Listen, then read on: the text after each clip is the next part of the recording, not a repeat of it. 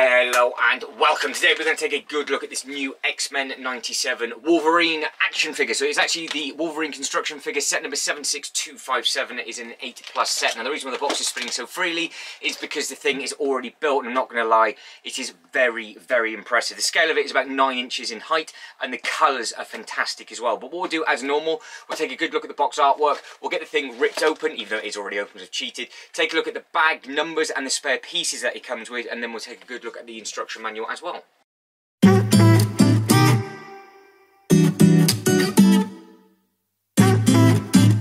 So as normal, we'll open it up first and then we'll take a look at the box artwork. Now this comes with 2 bags, I do believe. Each bag has an inner bag, so obviously that's bag number 2 and that is bag number 1. Comes with a few spare pieces, so at the end of the video all I'll do is I'll pile up the spare pieces so you guys and girls can take a good look at them. Now the other thing that is slightly different is also the instruction booklet, but you can see it's a different shape.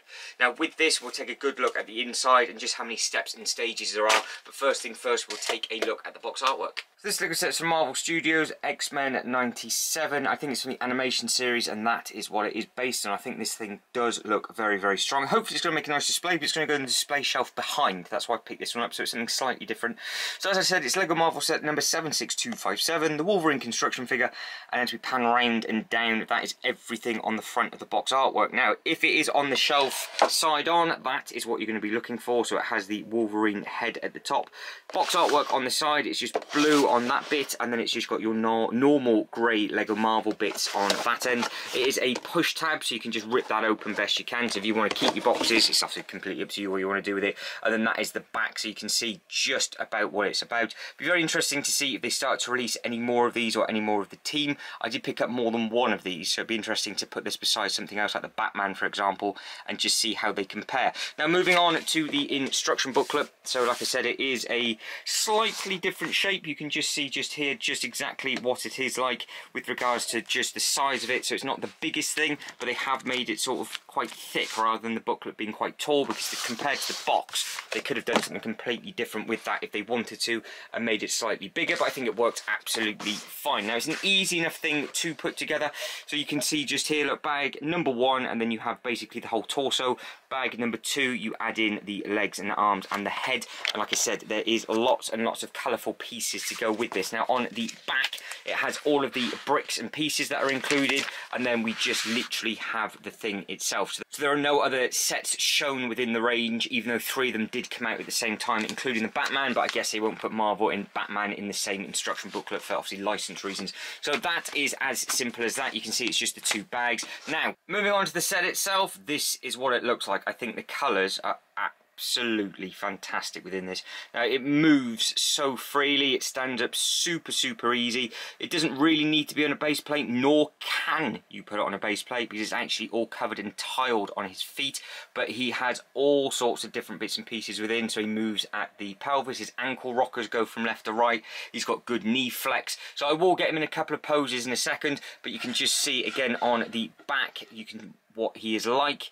You can obviously manipulate and do different bits and pieces if you want to, but I think as a sort of action figure or a shelf display, I think it does look very, very smart, and you can do all sorts of different bits and pieces with his head where required. So before we start putting him into some fancy poses, what I'm going to do is I'm going to put you down now.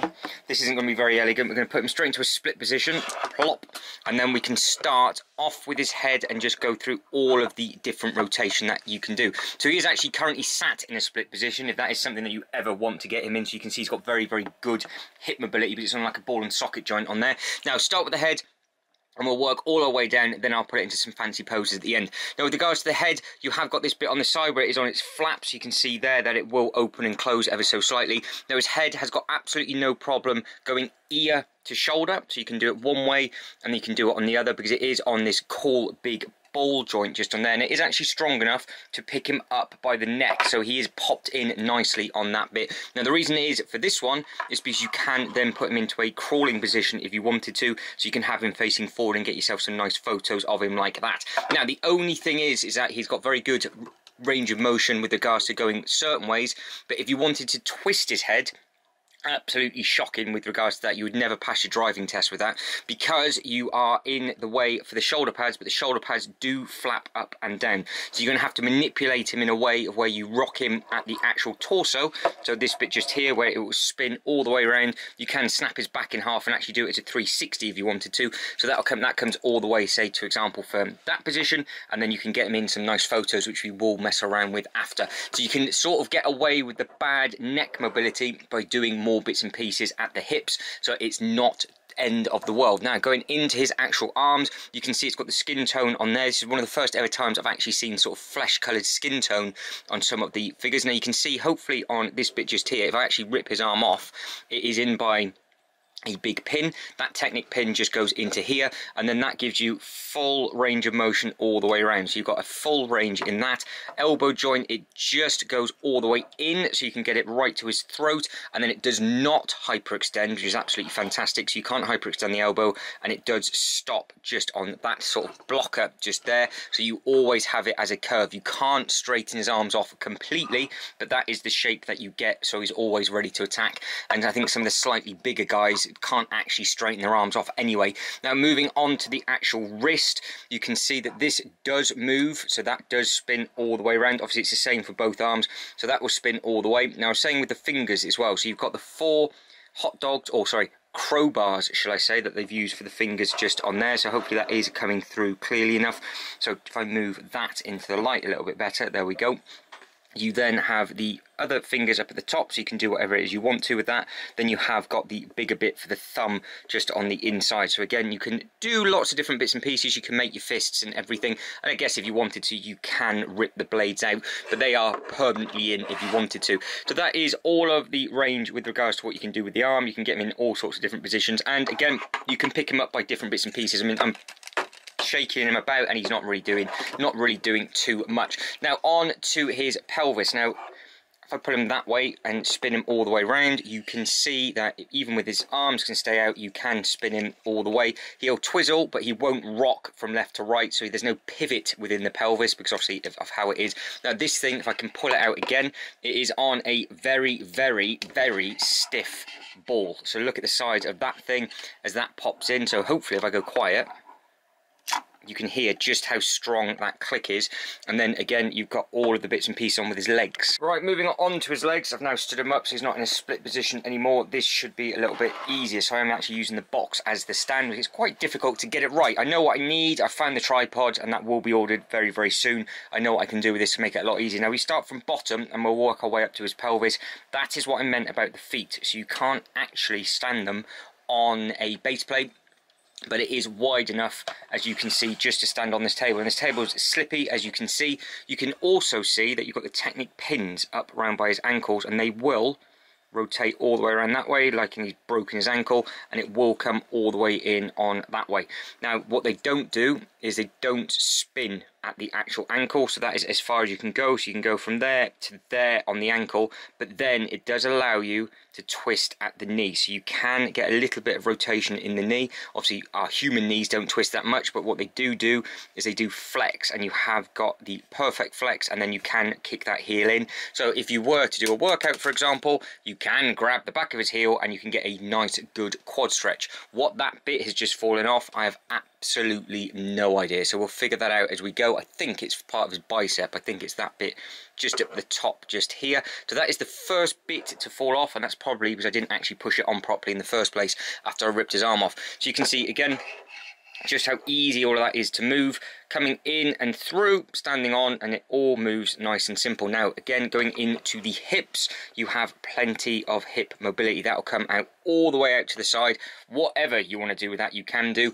If you were to stand him up and manipulate him properly, if I was to hold on to him just at the leg and nowhere else, you can see that he is standing there perfectly, looking all smug with his leg out. So if you can get his foot balancing, you can have him in that position kicking something else if you wanted to. And you have got the knee pads as such, which you can see there do move nicely. And again, you can just bring that leg in, bring it out, and it will come all the way forward to a certain point, so it kicks just a bit to the top. If you do try and kick it too much, what will happen is this piece at the top will dig it into the blue. I would imagine it will end up taking itself off. As you can see, it's just starting to there, so I'll push that back down, and then it can come all the way back straight. So again, you can have him in that position if you wanted to. With regards to his leg, and again, some nice sort of positions that you can get on there. So you've got lots and lots of range of motion within his leg. And again, you've got good mobility within his hips and pelvis. So you can get some really nice photos with that. And if you want to get some silly bits and pieces where he's posing and doing whatever, then obviously you can do. So you can have the Titanic pose. You can get him just in like that. And that is some other silly little bits and pieces that you can do where you can just get him led down. Now, bearing in mind I was doing all that with one hand. Doesn't look too bad, so you can get his legs over, you can get it over onto the side, onto his hips, and then you can just get him in there for a photo shoot magazine if you want to. But for some more serious poses, so starting off with a basic pose, just so I can show you a full 360. The sword is upside down, I don't care, I'm not going to redo that. And as it comes round, you can get some nice angles, so you can see as it coming all the way down onto the boots. Now if I spin it round, just grab it by the actual boot itself, you can see what the ankles look like coming up into the knee. I think that looks nice and strong. It's sturdy enough. There's nothing sort of undoing itself at the moment. I have one or two little pieces come off where I've just manipulated it a little bit too hard, but apart from that, it has been sturdy enough. I've been shaking it nicely. Then spinning it around just by the head, you can see all the bits and pieces on the back, and then that is what the back of the head looks like. And that ball joint at the back is completely different to the Batman, for example, which I will do a very, very quick comparison with right at the very, very end. So I've already built that one as well, ready for the next upload. And it's amazing actually what they look like side by side. They do look very, very impressive. So you can see the little blue bit on the bum, and then you've got the belt coming around into his nice chunky calves. And then you can just see how much, if you want to, you can bring that in from the calf onto the ankle, and it's nice and sturdy. I have put the feet staggered, and he's got plenty of balance. He's not like he just wants to fall over, because I am pushing him and he's just sort of sliding across the table. He's not wanting to go. So, you know, he's not going to collapse very easy. He does look nice and sturdy. Now, moving on to the next pose if I can. So even on a super shiny, slippy IKEA table, he will still stand up just like that. So you can, obviously, if you're going to take him out and about, you can get some nice photos underneath if you wanted to. And then as he slips, as I knock the table, he then does lie down nicely as well. So if you wanted to, you can plan him on that. Don't forget, this is just a very slippy table, and it's on nothing else but 3 blades either side. So he's strong enough to hold himself, which I think is very, very impressive. And again, if you wanted to, just to get him over, you can just see how much flex you've got in the hips and then coming up into the shoulders. So there is a lot you can do with this. Right, last one before we compare him to Batman, and he's about to say goodbye to Batman, because again, they do scale very, very well, and you can have it down. So he is now balancing again on his claws. You've got Batman underneath him, and you've got the right hook that's about to come straight up, over and round, and that would be devastating. Again, angle it however you want to. You can spin that around however you want to, and you can do basically whatever you want just to get that in there. And from a photography point of view, I think it's fine. I don't think it'll matter too much. Stop motion might be a little bit more tricky, because it might not hold in certain places,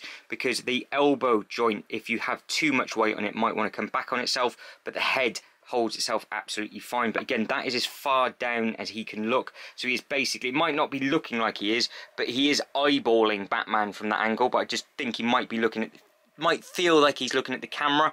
But again, if you were to try and manipulate his arm and get him over a little bit more, he is now, his eyes are looking basically directly down, but looking through the camera lens, it doesn't look like he is. But trust me, he is. And again, that is what it looks like from the top. Just moving on to a quick side-by-side comparison, you can see just how bright this Wolverine is now next to the black of the Batman.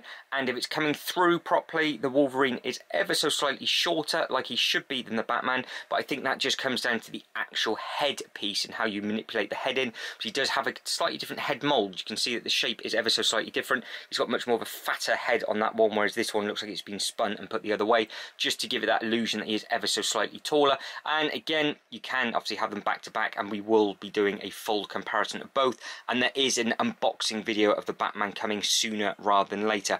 But I think these do stand up, and they do look very, very smart next to each other. But that is it. I am done. It's only a super short, sweet video, so if you could like this video and subscribe to the channel, that'd be absolutely fantastic. Let us know in the comments below if you are now thinking of getting some of these. I think there's 6 available, but you've got this one, the Batman, the Spider-Man, and then you've got Miles Morales, you've got the new Cap, and there is one or maybe two others as well, because you've got the Ant-Man and things. So have to get yourself over onto the Lego website for the full stock list. But I think they do look smart enough, and obviously I think with regards to it just being on the shelf, I think it'll work quite nicely for the unboxing bits and pieces, and it will just go somewhere on the shelf, and we'll get some other little bits and pieces involved on it, because that is all under construction currently. Comments below again, let us know what you think, let me know what your thoughts are. If you've already got one of these, again, let me know, let us know what your favourite one is. But I do like the differences with regards to the hand, so I'll go over the hand one more time. I think this is the first one, because I have got the Spider-Man beside me as well. The Spider-Man and the Batman have a completely different finger configuration, so it does look like this is the newest one, and it does look like it's got the most posability with regards to the hands. Obviously, if you were to rip the blades out, you could just have them fighting and battling.